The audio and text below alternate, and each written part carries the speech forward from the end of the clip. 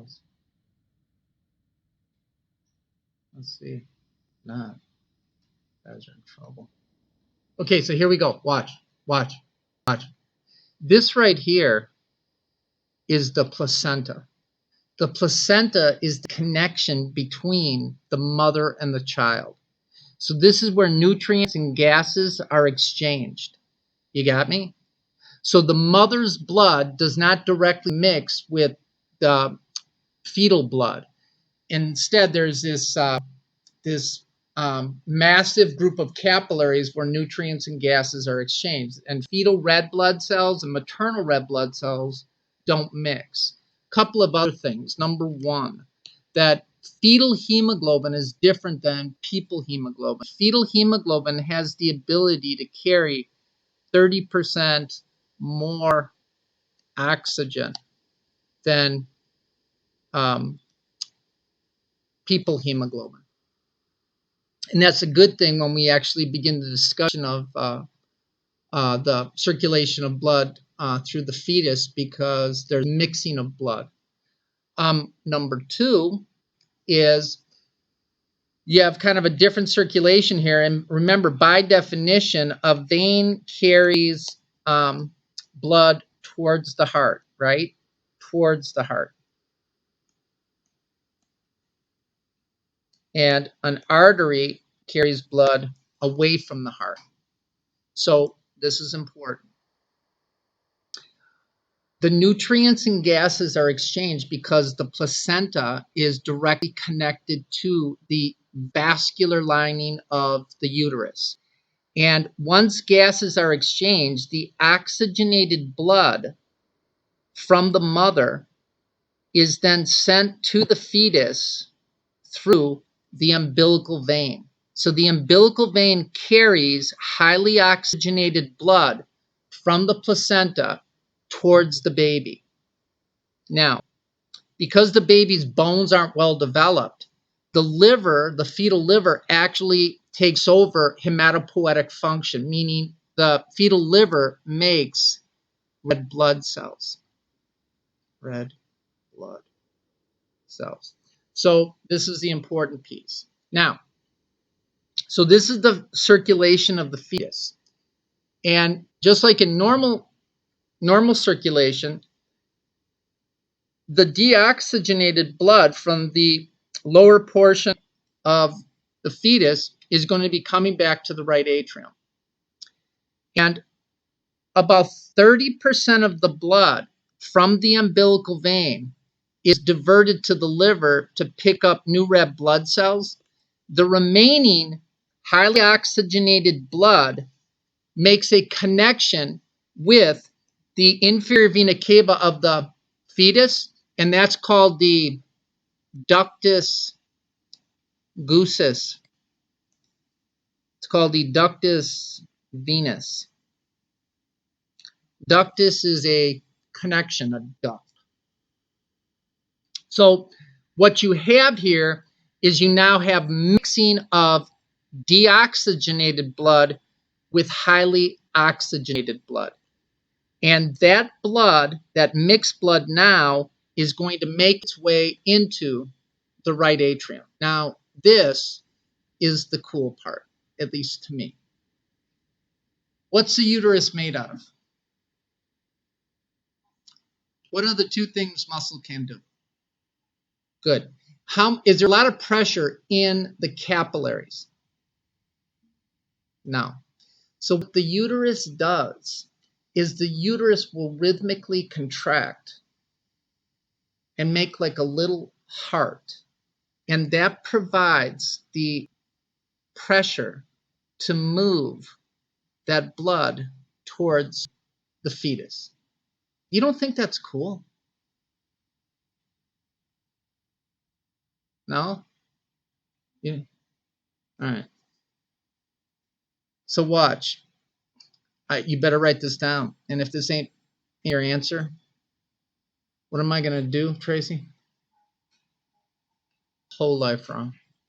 So watch. The blood that's in the inferior vena cava, and this is the fetal circulation, this is a high pressure stream.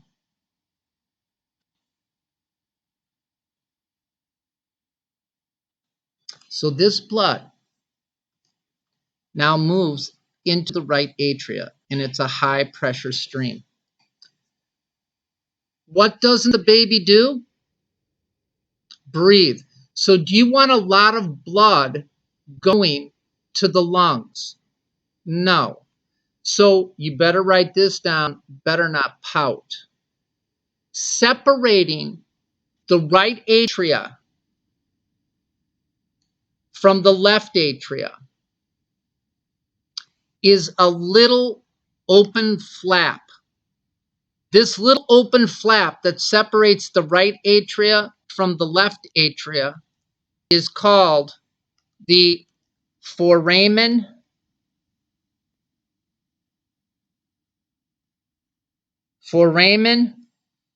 ovale. Foramen ovale, O-V-A-L-E. Now watch. The pressure that's in the inferior vena cava is a high pressure stream.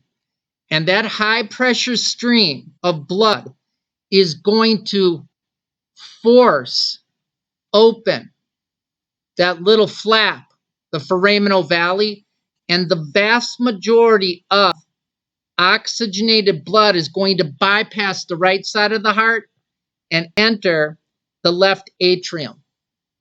The left atrium now has that oxygenated blood and normal circulation ensues. Left atrium, mitral valve, left ventricle. Now watch. Who's watching?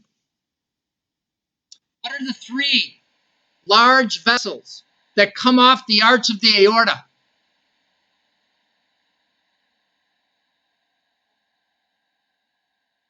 Ooh, close. You have the brachiocephalic trunk, you have the left common carotid, and you have the left subclavian artery. All three of these arteries supply highly oxygenated blood to the most important part of the baby, and that is the central nervous system. Where do you want to send? What's the most metabolically active part of that fetus? The central nervous system. So where do you want to send the most highly oxygenated blood, Tracy? To the central nervous system. Say yes. So this blood that's in the left ventricle, the vast majority of that highly oxygenated blood is going to make its way through those three vessels. Say yes. Watch. That blood, after it gives up its oxygen, it becomes venous blood, and it makes its way to the right atria through the superior vena cava. But this is crazy. This is crazy. Who's watching? This blood here, this is a low pressure stream. Low pressure.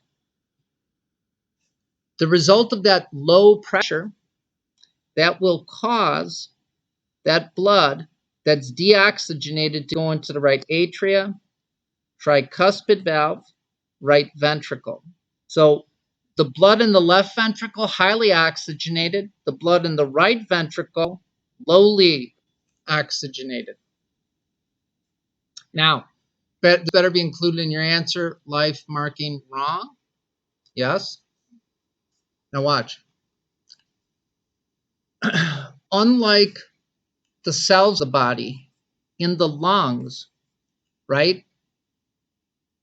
Low levels of oxygen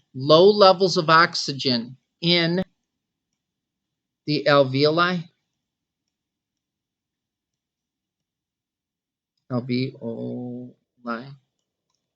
will cause pulmonary vasoconstriction. So the blood vessels that supply the lungs are going to be constricted. Are you with me? Nobody's with me. I'm talking to myself. So watch. In the fetal circulation, when the right ventricle contracts, that blood is not going to go through the pulmonary trunk and then to the left and right pulmonary arteries. Why? Because they are constricted. Why? Because there's no oxygen in the alveoli and that baby ain't breathing. So instead, that blood will go through a connection between the pulmonary trunk and the descending aorta. That connection between the pulmonary trunk and the descending aorta has a name. It's called the ductus arteriosus.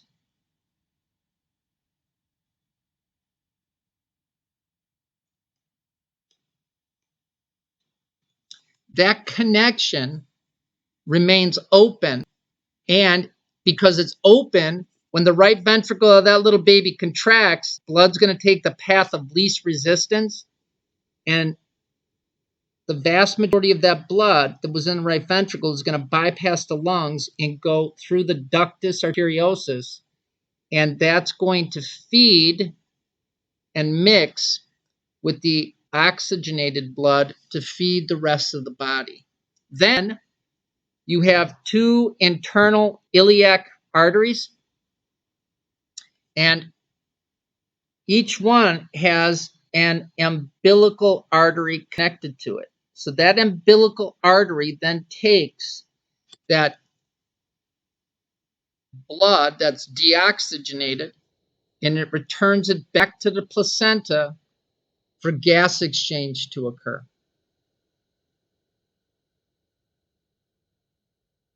Yep, that's exactly what happens. How many people followed that? Now watch. This better be in your answer too. Live, marking wrong. The mother produces a chemical called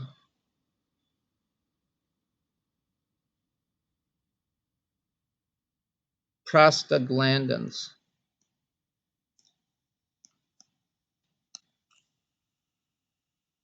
And as long as the baby is connected to the mother by the umbilical vein and the placenta, the mother will produce these prostaglandins and circulate them through the fetal circulation. The purpose of the prostaglandins is to maintain the patency, the openness of the ductus arteriosus. Are you following me? So watch. Now the kid pops out. What do? You cut the cord. You got me? What's the kid not exposed to anymore? Prostaglandins. So then the doctor grabs the kid, whacks him on the ass, and the kid's like, what the? Right? So the kid takes a big deep breath. And when you take a big deep breath, what do you get into your alveoli? Right. And what does high levels of oxygen do to the pulmonary vessels? It will cause them to dilate. So now they're dilated. Are you with me? And what's beginning to close off because you're no longer exposed to the prostaglandins? The ductus arteriosus. Are you with me? So now because the baby's got to do it on its own. Now, when that blood comes into the right atria, it's going to go to the right ventricle, and it's not going to mix with the blood in the descending aorta because the ductus arteriosus is closed. Instead, that venous blood is now going to be sent to the lungs because the kid is breathing, takes oxygen into the alveoli. So all of that blood now goes to the lungs, gets oxygenated, comes back through the pulmonary veins. Are you with me? And because all of that venous blood is now coming back to the left atrium, the pressure in the left atrium is going to go up. And when the pressure of the left atrium goes up because the kid pops out and he's breathing, that flap closes. And it takes about 2 to 3 days for that foramen ovale to completely occlude, block.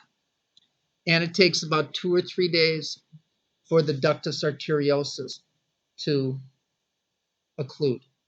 Now watch. Prostaglandins are involved in inflammation. That says inflammation. You got me? So, do you want a lot of prostaglandins floating around in that kid's system if the ductus arteriosus is still open? No. That's why if your child or a child you're taking care of has a patent opened ductus arteriosus or PDA, they give them a drug that inhibits the formation of prostaglandins. And that drug is called indomethacin. You ever hear of it? That is a strong anti-inflammatory that prevents the synthesis of prostaglandins, which will occlude the ductus arteriosus. Say yes. So you're going to learn this in clinical, but as someone who takes pride in what they do, right? I'm going to explain this to you just so I can say that I did it, right? So watch. And when you get into clinical, they're going to talk to you about left to right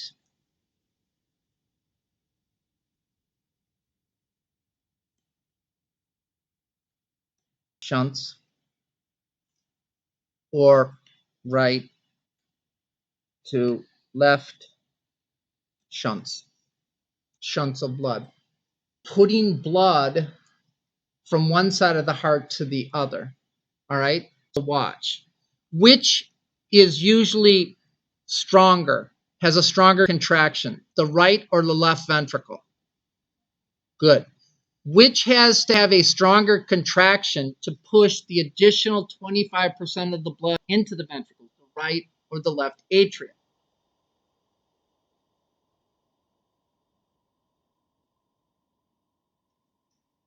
You got to push that blood into a thicker ventricle. So, good. So, watch.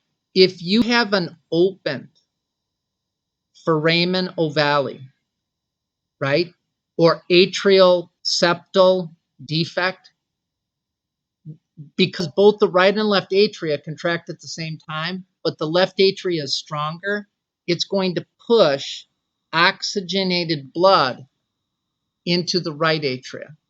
Are you following that? Because the left atria contracts harder. That is a left to right shunting of blood. You got me? If the ductus arteriosus remains open, and when the right ventricle contracts, that blood, some of it is going to go through the ductus arteriosus. So what side of the heart pumps blood, oxygenated blood to the cells? The left. So if the right ventricle is pumping blood into the aorta, that is a right to left shunt. Both conditions result in sending less oxygen to the cells of the body. So they have to be corrected. So what they usually do for an atrial septal defect, if it's big enough, they will take a little piece of bike tire, surgeon licks it and slaps her right in there. They put a little Dacron graft in there, and then the immune system looks at it and says, that ain't right, and then put scar tissue over it. And with the patent ductus arteriosus, they use a hefty tie. They'll just suture that thing shut and be done with it. There's a condition called tetralogy of flow, where these people have 4 different heart defects. They have a ventricular septal defect. Then they have pulmonary stenosis, and then they have an overriding pulmonary and aortic valve. So they got terrible. It's a mess. And if they don't have surgery within the first couple of weeks of life, it's usually not good for them. And you ever see the movie Something the Lord Made? You never saw it? Cuba Gooding Jr. He was a lab tech, and there was a thoracic surgeon, a heart surgeon, and he, the lab tech, Cuba Gooding Jr., actually developed the technique, but because he was a black man, he couldn't get credit for it back at the time. And so all that credit went to the surgeon when in fact he was the one that invented it and perfected the technique for correcting tetralogy of flow, where a lot of these kids who are born with that back in the day didn't make it. Now they're walking around you never knowing. So yeah, that is fetal circulation. Say yeah. All right, guys, you can successfully ambulate home. I don't know if this is recorded or not. We'll see. Right, because you guys weren't paying attention, were you?